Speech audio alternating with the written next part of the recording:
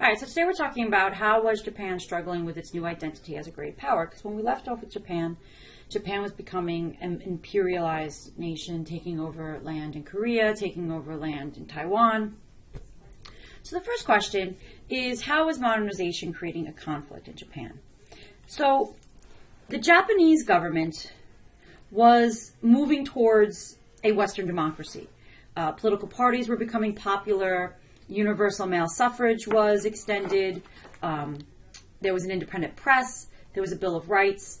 However, the old ruling oligarchy, and what I mean by that is like the old families that had made up the daimyos, they still had a great deal of influence. Also, a great deal of social turmoil began to develop with industrialization. Marxist labor groups began to develop. There were tensions among the working class. The poor were really having a rough time. It's the typical story that we see in other countries as they're industrializing.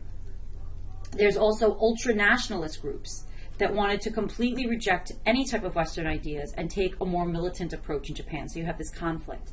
You also have a cultural conflict developing between the native people who wanted to keep their old traditional cultures and the new ideas that were beginning to be represented in Japan. So Japan was having a little bit of struggle as it was moving towards becoming more of a modern industrialized country. So the second question is kind of along the lines of this. How did the feudal system carry over into industry in Japan? So the production of raw materials in Japan is going to triple between 1900 and 1930. And exports are going to increase 12 times. And part of that is because something you might be familiar with from our last unit, the zabatsus, those large conglomerates that were originally kind of set up by the government. They controlled major segments of the economy. But we see what's happening in Japan is there's a dual economy that's developing. A modern, industrialized economy, but at the same time, a traditional, small-scale economy.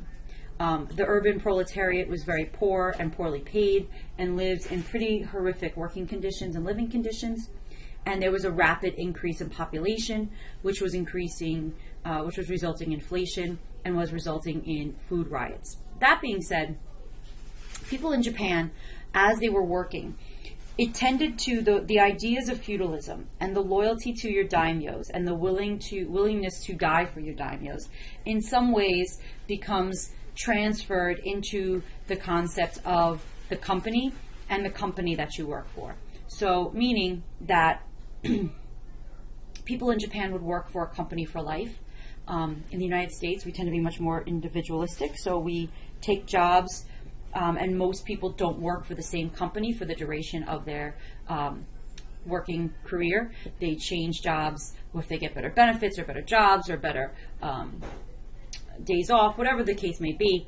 But in Japan, you pretty much you start at the bottom of the company and you work your way up, and you have this devotion to your company, almost like people had the devotion to their daimyos. And even passages from the code of the Bushido, the samurai code, was actually transferred into like modern business manuals, and this was the mindset that you were supposed to have when you were going into your job. So the last question for this, because I promised you guys this would be a relatively short video. Why did Japan begin to become an aggressive power? In 1922, there was something called the Washington Conference. And at the Washington Conference, people signed a treaty agreeing to maintain an open door policy in China. If you remember, China had been divided up into spheres of influence. Certain countries like the US was not included in those spheres of influence and had advocated more of this open door policy where everyone could kind of trade in China freely. Part of the reason why people were pushing for this was because Japan's actions in Asia were gaining the attention of Western nations, and they wanted to try to restrict Japan's ability to build an empire.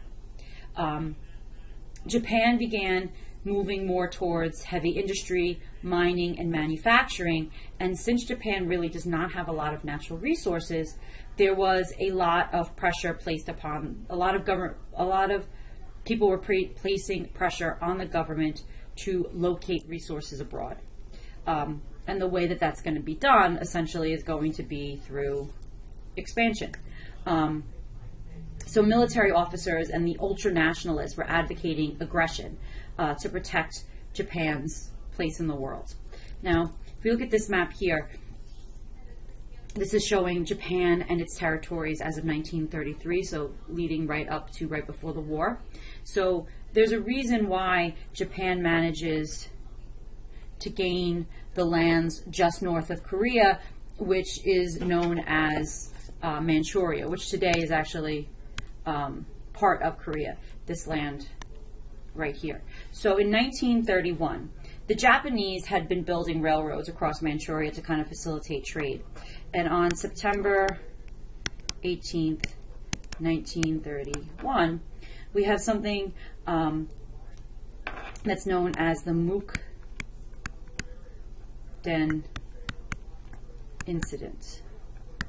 And in this incident, basically, the Japanese troops exploded their own railroads that they had built in Manchuria, and they blamed it on the Chinese. So here you can see some of the railroads. Here's all the Japanese officials. I don't understand what could have happened. What could have happened to our lovely railroads? They did this as a justification to invade Manchuria. So in 1932, we have the invasion of Manchuria. And if you remember from Chinese history, the last dynasty of China, the Qin dynasty, was a Manchurian dynasty. So Manchuria was, part of China. So they used this excuse of the railroads to invade to invade Manchuria in 1932.